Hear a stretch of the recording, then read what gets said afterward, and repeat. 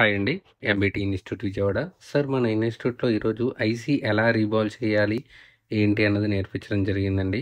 ఒక ఐసీని మనం ఎన్ని సార్లు తీసి, ఎన్ని సార్లేసినా బోర్డ్ డ్యామేజ్ అవ్వకుండా, ఐసీ డ్యామేజ్ అవ్వకుండా సేఫ్ వేలో ఎలా చేయాలి, ఏంటి అన్నది నేర్పించడం జరిగింది.